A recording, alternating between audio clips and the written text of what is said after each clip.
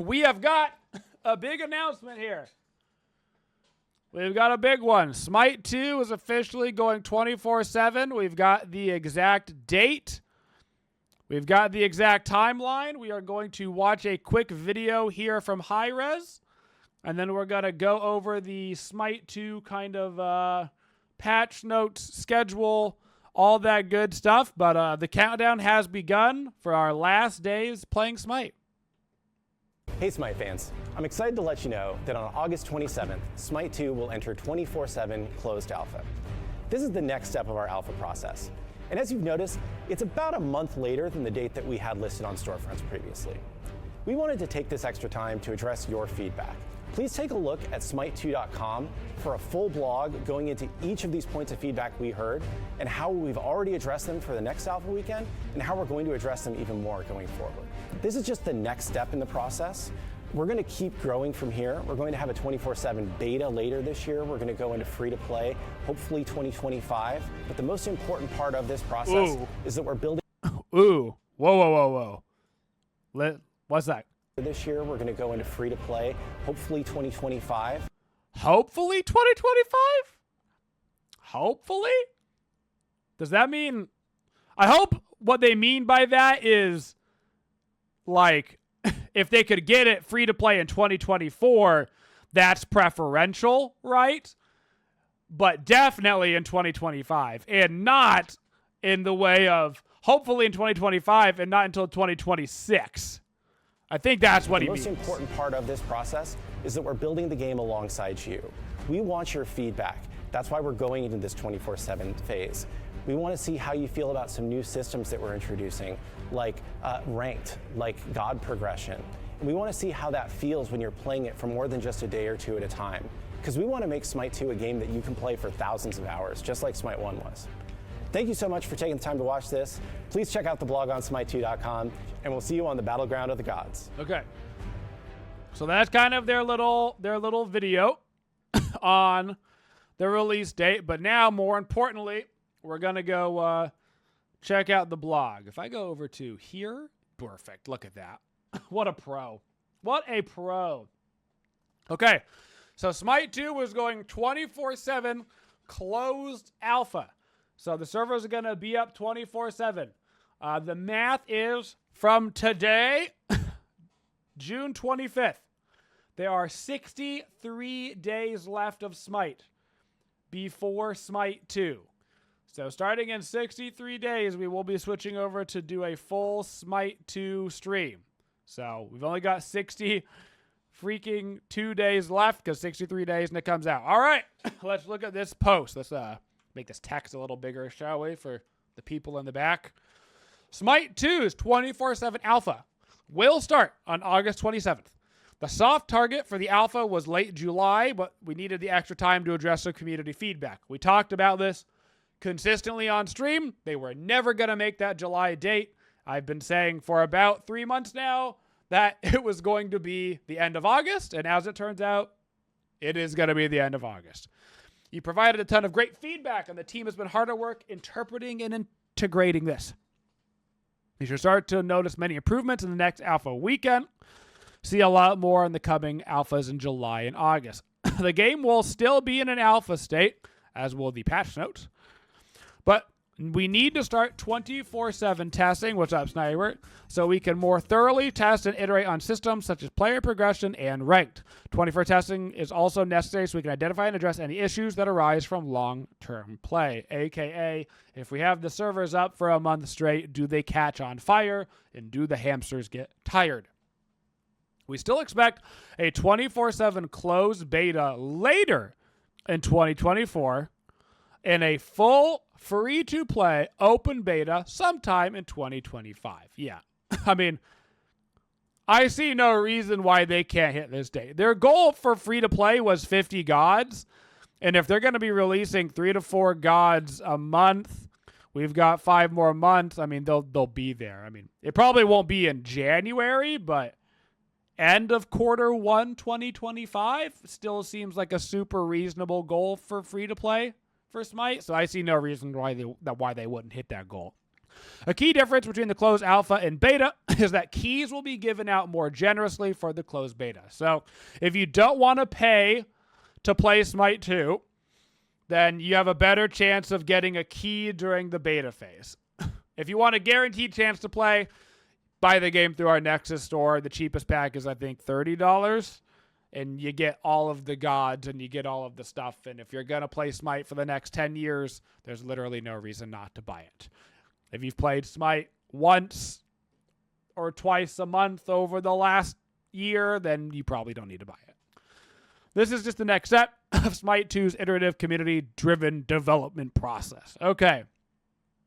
24/7 Alpha starts August 27th. That is Tuesday, August 27th. That's a delay in our initial July target. Yeah, of course, they were never going to hit that. That was way too ambitious. I'm talking about the fact that they're going to be changing the game. It's going to be getting better. Cool.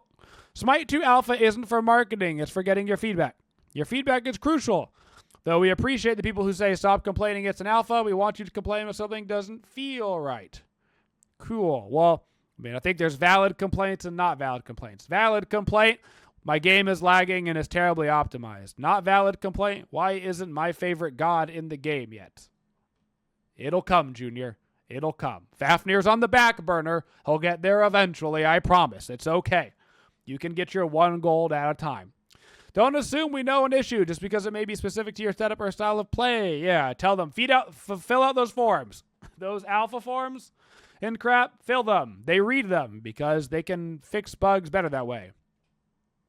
Why the push to 24/7 so soon? Okay, I'm not going to read this section yet because I hypothesize that this is going to be a like a cheesy business political answer. The real reason why they're pushing to 24/7 so soon is 1, they've got massive competition on the horizon. 2, and most importantly, Smite 1 player base is dropping off at a rate never before seen in the history of Smite, which means that they need something to start bringing back players, particularly those players that they're losing, because the Smite player base is the least that it's been in 5 years, almost 6 years. If Smite loses another 100 concurrent players on average, it drops to a 6-year low. That's the actual reason why they're doing this, but let's see what they say. We're embracing a true early access development mindset. We want to see you play, get your feedback, and make the game better with every update. Even when we enter 24/7, we will be labeling the game as an alpha. It'll be listed as early access on Steam and Xbox. If PlayStation had a similar program, we would put the tag there. Our move to 24/7 testing phase allows us to introduce and refine more features like progression systems and rank play, which require longer uptimes to evaluate. We also believe that the game will be in a good state at this time to be entertaining for more than a day or 2, though it'll clearly not be complete. But if we need to test longer-term play to find issues to keep Smite 2 from being enjoyable for 1,000 hours of gameplay, the main way to gain access will be purchasing the Founders Edition. Yeah, okay, so basically they're like, hey, we want to make the game better, which is true. Of course they want to make the game better, but the real reason they're coming into 24/7 is because competition's on the horizon and players are dropping off like flies right now. So, with that out of the way, let's dive into some of the most common points of community feedback. Smite God gameplay is slow, sluggish, or unresponsive. It's a third-person MOBA. We do not intend to introduce sluggy clunkishness. Okay. What actions have they taken to fix it? In each test so far, we found more small aspects of the game that need to tweak and improve. Some are micro things that we missed. All right. Recent examples. An issue with movement while strafing or turn jerking, which slowed you drastically. This has been resolved. Cool. Aim sensitivity did not properly account for field of view scaling. This created a subtle different feel. Anders' animation for his pillar and impale felt slower, though the timings were identical. We adjusted the animation to the FX appear to be better match the intended feel. Additionally, we used his projectiles as a test to address an overall feeling of projectiles feeling slow, even though we confirmed the speeds match between Smite 1 and Smite 2. Try him out and see how he feels. So it kind of sounds like to me that Annoucement got a buff. They're like, oh, you think his impale's too slow? Well, watch it now, baby. You're going to get impaled into the wall, dude. That's what that sounds like to me. Oh, you stupid idiots think it's slow? Well, see how much you like a fast impale. We won't even see it coming. Based on the feedback, and here we'll be utilizing those lessons and tweaks to evaluate the existing roster and how to mirror these improvements across the board. Continuing to listen when things don't feel right. All right. Conquest gameplay and pacing is slow. This is the part that I'm nervous about. Let me guess. They're going to do all of the things that they just did to Smite 1, which a bunch of players left the game for, right? Ensuring that there's enough to do on the map and strategize over each phase of the game. There's currently a distinct lull that the game is transitioning from early game to mid-game. Ensuring teams can progress towards ending a match, closing out as builds approach full. If the games are going to start closing out as builds approach full, games will be ending significantly earlier than they were in the alpha. Or the last alpha, I should say. Significantly. Jungle buffs now drop at Infamy 1, giving more to fight over early game. I don't like that change. I actually like that there's no jungle buffs at the start of the game, giving a more even 1v1 fight. I think they should have just changed it to Infamy 0, so Infamy 0 didn't drop a buff, and then Infamy 1 drops a level 1 buff. It was confusing that 1 dropped, you know what I'm saying? It was 0, 1, and then 1 it was very confusing. Jungle buff now stack. Jungle buffs now stack. Oh. Further encouraging invading or strategically powering up. Hate that. Okay? Don't like that. Don't like further encouraging invading. All right? Gold Fury, Fire Giant, Structures, and the Titan are all easier to tank and take down. They shouldn't be pushovers, but you should feel comfortable taking them on with a numbers advantage. Okay? Don't love that. I like that the Fire Giant actually required a team there to kill him. Minions and Minotaurs now scale to become tankier as the game progresses. Minion pushes to now be more effective. That's actually fine. We're learning from the 9.5 revert. God base health reduced by 25%. Per level health and protections remain the same as Smite 2 was already lower. Yep. I think they're going to regret that decision. I think that they do. I think that the people that really enjoyed those changes the most are pro players, and there's currently no pro scene in Smite 1 or Smite 2. So if there was ever a time to not listen, perhaps to the top 0.1% of players, maybe it's the time when they don't have any competitive way to engage, and seeing the repercussions of your actions are so much more difficult. But I digress. We're discussing adding additional objectives to the map and or adjusting the rewards. Okay, that's fine. Evaluating the economy curve of the game, and we'll adjust the speed at which players obtain items. We would like players to complete their 6th item about the time. We would like players to complete their 6th item at about the time they're currently finishing their 5th item. Okay. They're saying they want to push the game forward. So right now, when you would buy your 5th item, you buy, so things go faster. That seems very fast to me.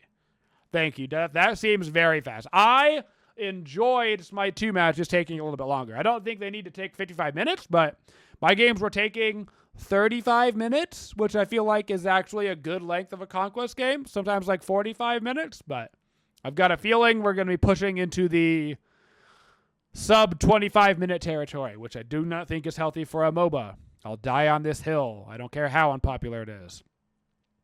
Controller support on Smite 1 has a lot of features that we did not bring over well for earlier alpha tests. This is good. This is great quality of life stuff.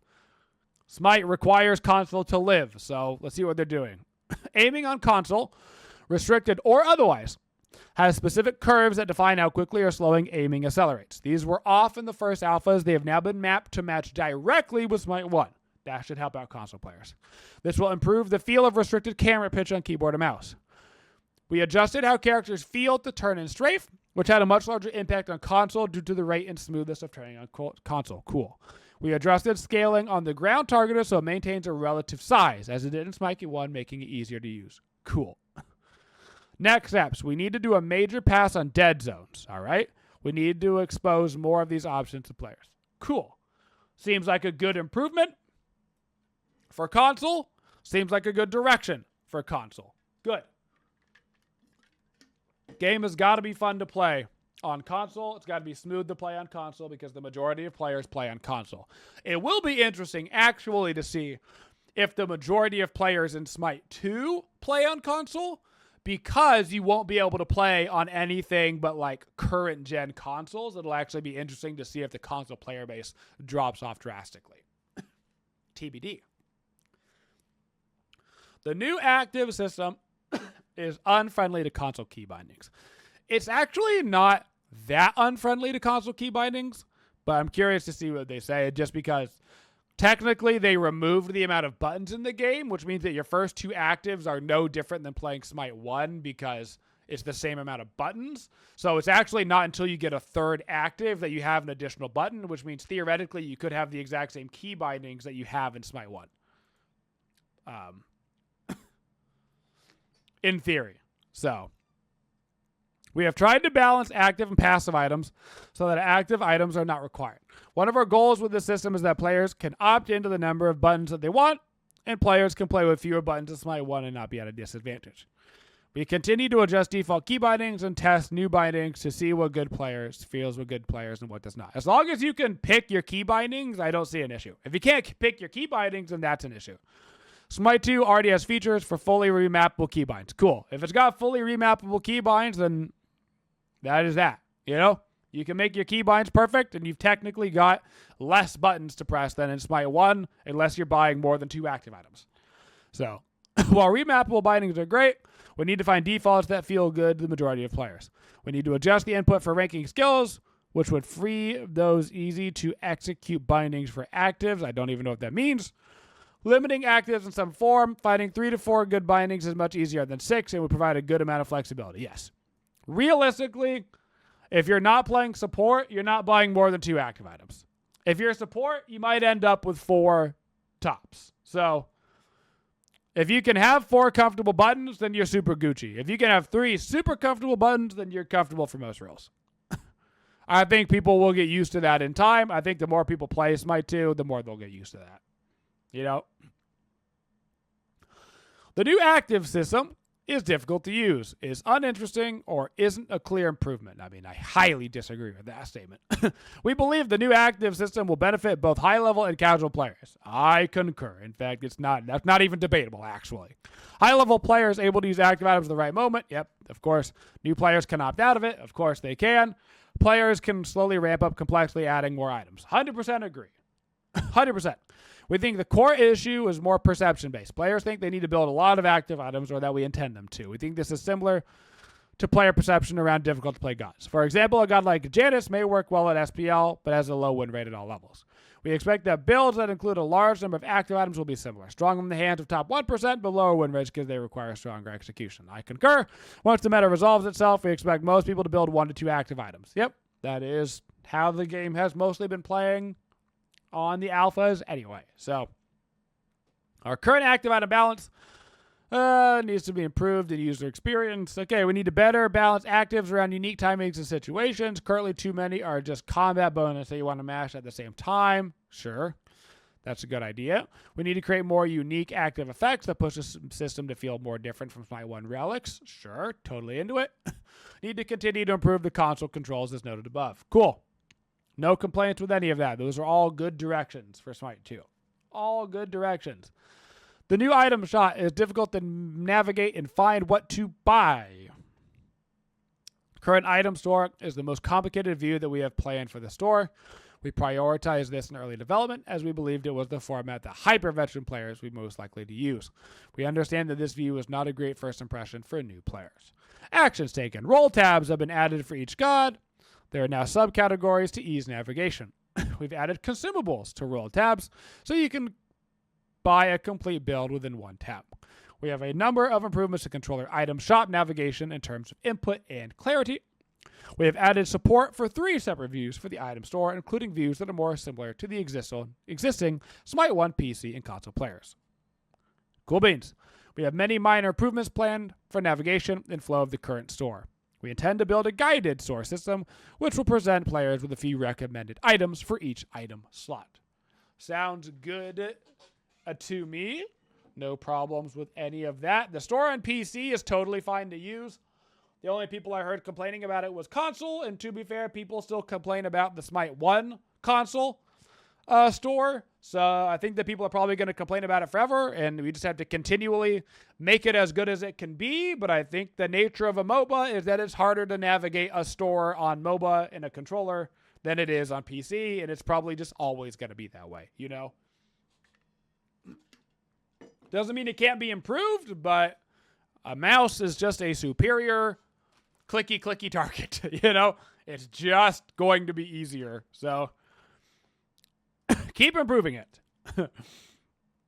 The new strength and intelligence split is confusing or isn't an improvement upon Smite. It is going to be confusing for a lot of people, but it is a drastic improvement. In fact, they did a poll. They did a poll the other day, like in a Discord, that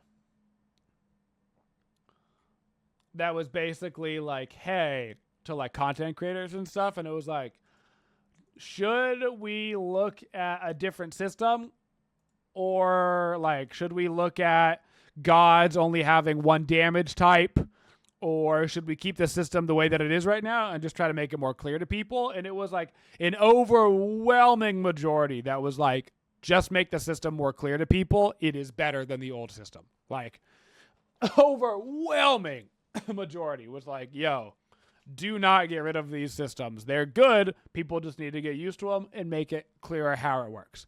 As a whole, we believe strength and intelligence has gone well so far. This lets us now have a unified item store for all gods and creates unique balancing opportunities. We can now support multiple play styles in a single kit. It is so much better for variety. Actions taken. There are no changes in this system for the upcoming alpha weekend, but adjustments should be made ahead of the following tests. Strength feels physical and intelligence feels magical, even though they are unrelated currently.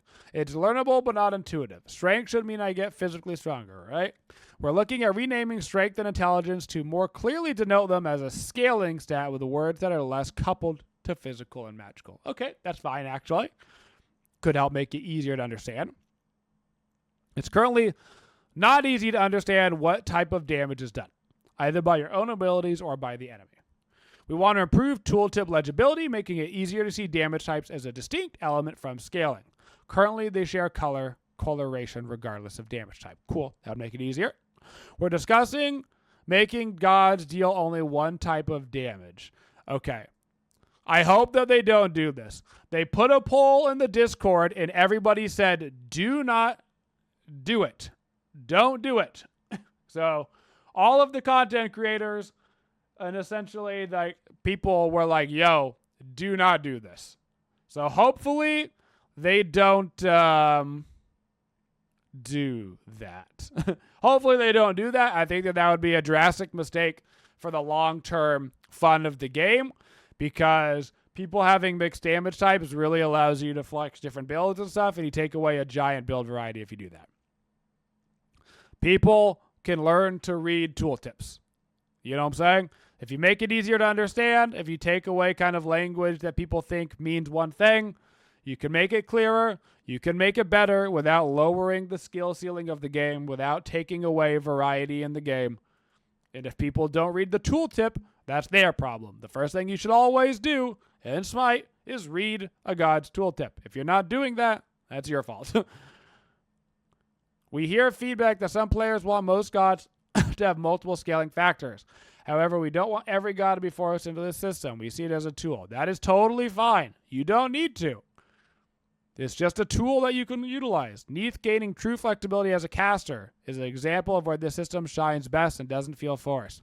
Bogus having a single ability change to strength did allow us to curb his overall damage and CC in full int build, but that was not a successful application of a system. As we go forward, we'll adjust cases where this did not have the depth we wanted. I mean, I think it actually did work. I think it makes total sense. Bacchus's belly flop, he physically flops on you, so it has strength scaling compared to his burp, which he's magically burping on you and he uses intelligence. I think it's fun role play, and I think it's fun for balancing. I actually think it's fun for both. I think that that's a mistake. I think that that's a mistake. I think that they're getting a little bit caught up in a bunch of Reddit crybabies crying about the fact that their favorite character is a little bit different, or that they don't know how to read, and so they don't know why they're not one-shotting with an ability. You don't necessarily need to cater to people that are illiterate, you know? The pace of new content is slow. I mean, well, okay, that's a wild take. That's a wild take. We learned a lot about our internal pipeline for bringing gods to Smite 2 over the past few months. Some things have taken longer than expected. We've needed to address those bottlenecks. This has led to some delays, such as shipping only 2 ported gods for the second alpha. I mean, to be clear, 2 ported gods in an alpha in a month compared to Smite development, is faster than Smite development has been for the last 11 years. Plus, now they're getting up to probably 3 or 4 gods per month. So, I mean, that is a pretty fast pace of development. The real problem is that they didn't start development earlier, not the current pace of development. We have significantly scaled up the design team, allowing us to rapidly add new items, game modes, and gods. They sent out some tweets about this. If you don't know, they've basically got 100 people working on Smite 2 right now. That does not include the art team, which we don't know how many people are on, and does not include people working on back-end systems like the server connection and stuff, which we also do not know how many people are working on. We've adjusted our pipeline to allow us to port gods with gameplay updates at a good pace while also working on new gods. I would expect somewhere in the range of 3 gods a month, maybe 4 gods. So, our intent is to ship 3 ported gods in each alpha. Well, okay, I guess I could have just read the next sentence, but I guess I didn't need to. Our intent is to ship 3 ported gods in each update, releasing weekly within that update, i.e. in a 4-week update, a new god will release during each of the first 3 weeks. We'll be shipping all new gods like Hecate every few months. You still see a few alpha weekends where we'll have fewer than 3 ported gods as the development pipeline takes months, takes us a while to get caught up. From a raw feature standpoint, 24/7 alpha is currently scheduled to include Arena, Rank Conquest, Ascension Passes and God Mastery progression and rewards, voice chat, and a lot more which is subject to change. Okay, I mean, these 4 things are arguably the most important 4 things. Good job, Hi-Res. Good job. The only thing not included in those 4 is optimization. If you throw in optimization as the key 5 things, then you've got a great, goal for your 24/7 alpha. You need Arena because people love their Arena. They're addicts, and also people need a place to go in and play Smite and just shoot stuff and have fun. You need Rank Conquest because you need something to keep your hardcore Smite players around once the servers are 24/7. You need Ascension Passes and God Mastery because you need a progression system that is not ranked for the players that don't play ranked. And you need voice chat in order to get that high-level gameplay going. That 5th thing just needs to be optimization. None of those 4 things actually matters if people are getting 42 FPS, right? So,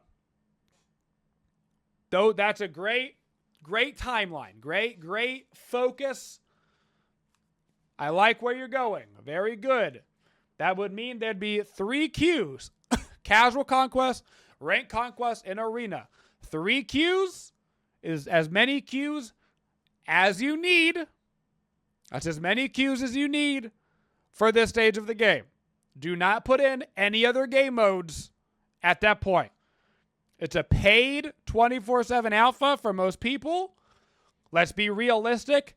Best case scenario, you're going to have as many people that are playing Smite 1 right now in that Smite 2 alpha. Best case scenario, right? So if you add any more queues than that and you split up the player base any more than that, the matchmaking is going to get real ugly and real long real quick. I know that people want their duel and their joust and their assault and their game of the days and all that stuff, but I promise you, for the longevity of Smite, do not split up the queues more than those 3 queues. Keep it those 3 until at least the 24/7 beta when you're sending out more codes. Honestly, probably until the game is free to play. I don't see a world where you want to split up the queues more than 3 separate queues before the game is free to play, personally. I don't think they're going to wait that long before they add other game modes. I would wait. Combat clarity is poor and difficult to read what's going on in a fight. Unreal Engine 5 is an amazing tool, but sometimes we pushed it too far and added too much visual or audio noise. Smite 1's technical limitations enforce simpler shapes, colors, and sounds. We want to ensure we're using the power but retaining clarity. So, actions taken. Tools like dynamic scaling of particles when many gods are fighting and selectively adjusting the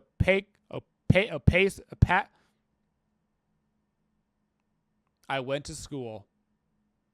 I promise. Of self-enemy, I'm just going to skip right over it. I'm skipping over it. I'm not doing it. You can't make me. You can't make me say opacity. Listen, man, that's a hard word from Arkansas. All right? It wasn't in any of the hunting books. Leave me alone. All right? And friendly VFX have been created. If they would have painted it on the deer, it would have been fine. Thanatos, Sakate, and the Morrigan were created with many of these lessons learned, okay? Audio mixing has been undergoing a major overhaul. Okay, that's big. This is one complaint that I heard from a lot of people, and I think that depending on probably as well your like audio system that you were using, like how good your headset is or whether you're using earbuds or speakers or whatever, some of the audio mixing was really bad. To ensure that sounds need to be loud and heard, while subtle or more flavorful sounds yield to the big gameplay cues. Good. That needed to happen. Fantastic. Recently made major adjustments to color lighting and spacing. This may make clarity worse in the short term, but should be a step towards a foundation of more clarity. Begin tuning VFX to be clear in the new space and lighting. Fully implement the dynamic FX tools to aid in combat readability. Audio mixing passes have a long way to go, so expect more of this in upcoming alpha tests. Thanks a lot. But hopefully you can see we're listening and working every day to improve Smite 2 based on your feedback. Thank you so much for all the feedback you've given us so far. We'll be sharing more on these changes on Wednesday, June 26th in the Alpha Showcase stream. That is tomorrow, standard patch notes stream tomorrow. Along with the accompanying patch notes, we'll hope to see you in the Alpha test. Reminder that the next Alpha test, the Alpha 3, is this Thursday. So June 27th is Alpha 3. Towards the end, of course, of July, we will have Alpha 4. And then towards the end of August, we will have Alpha 5, which will also be when the servers go 24/7 live, which is in 63 days. There are currently 63 days left of Smite 1 for all intents and purposes. To be clear, Smite 1 is not shutting down with Smite 2. It's not shutting down.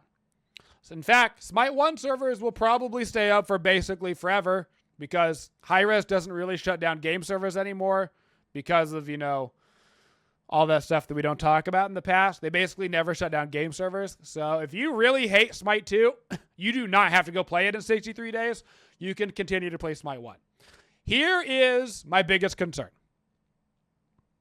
Most of this stuff sounded good. I don't necessarily agree with some of the gameplay development of lowering the HPs and stuff, but I have not played Smite 2 on this patch for Alpha 3, obviously, so I'm going to reserve my thoughts until I actually play it and get to feel it and get to see it for myself. I don't want to just judge it on paper. I think on paper that is moving in the wrong direction on that core gameplay, kind of minusing of HP and stuff, but maybe it's actually super fun and it's a great time in Smite 2 because Smite 2 is so different than Smite 1 that me being like, I don't love how it affected Smite 1 doesn't necessarily mean I won't love how it affects Smite 2 because the games are drastically different. But here is still my number one concern. My number one concern is that Smite 1 has lost a lot of player base lately.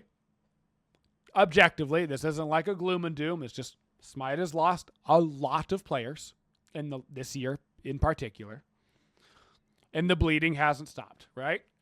So Smite 2 doesn't really have a choice but to go into this 24/7 alpha state. When Smite 2 goes into the alpha state,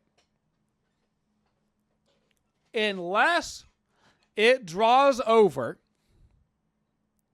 basically everybody that has bought it, right? We don't know how many people have bought Smite 2. We've got some guesses, but those aren't important. But unless basically everybody that can play Smite 2 does, the player base is going to be lower. And the player base for Smite is going to be lower. This is just the inevitability of having Smite 1 and Smite 2 up at the same time. It's an inevitability. We can't do anything about it. This player base is going to be split. Old console players literally cannot play Smite 2, so they're stuck on Smite 1. There's going to be people that have not bought the game for Smite 2, so they're stuck in Smite 1. There's going to be people who their favorite gods are not in Smite 2, so they're going to play Smite 1. Pretty much everybody else is going to go play Smite 2, right? If you've got a new console and if you've bought in the game, you're probably going to play Smite 2 once it's out. You're probably not going to go back and play Smite 1. So, hopefully, it's interesting enough. People are on the grind enough. Hopefully, there's some drop campaigns. I think drop campaigns for the alpha would be huge to get people interested in watching.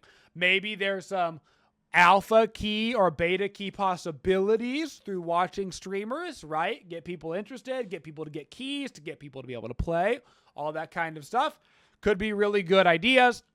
But in general, there's going to be a the next 2 months, right, are a really wibbly wobbly plane that only has like a single piece of landing gear that came down halfway, right?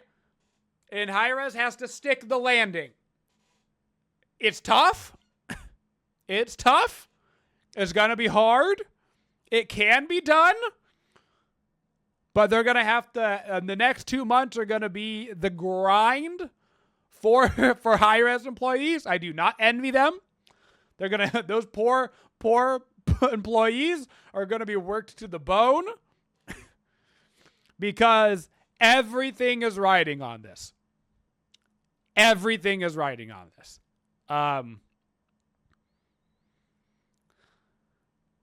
It will not be the entire end-all be-all. It will not be the entire end-all be-all if it's not 100% successful immediately on the 24/7 alpha launch. But if it doesn't have at least a decent pace at the start, right? Like a relay race. This is the first part of the relay race. We got to get at least a decent jog to a slow sprint going within the alpha and the beta. So that way we can hand off the baton to free to play in 2025 and have already had a good amount of room covered, right? If we haven't started moving down the track, by the time we hand off the baton for free to play, we're in trouble. We need to give free to play the best possible chance at success by sticking the landing in the 24/7 alpha and the 24/7 closed beta. I think they can do it.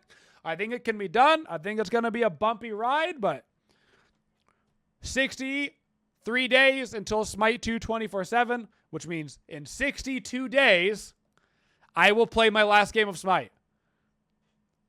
Weird. In 62 days, I will play my last game of Smite 1. It makes me a little bit emotional, and I didn't think that it would. But there you go. The more you know. Thank you for supporting the Twitchiest community. If you'd like to see more videos, make sure you subscribe to the channel and always hit that bell for notifications so you don't miss any of the upcoming videos. Thank you for all your support and have a Twitchin' day, y'all.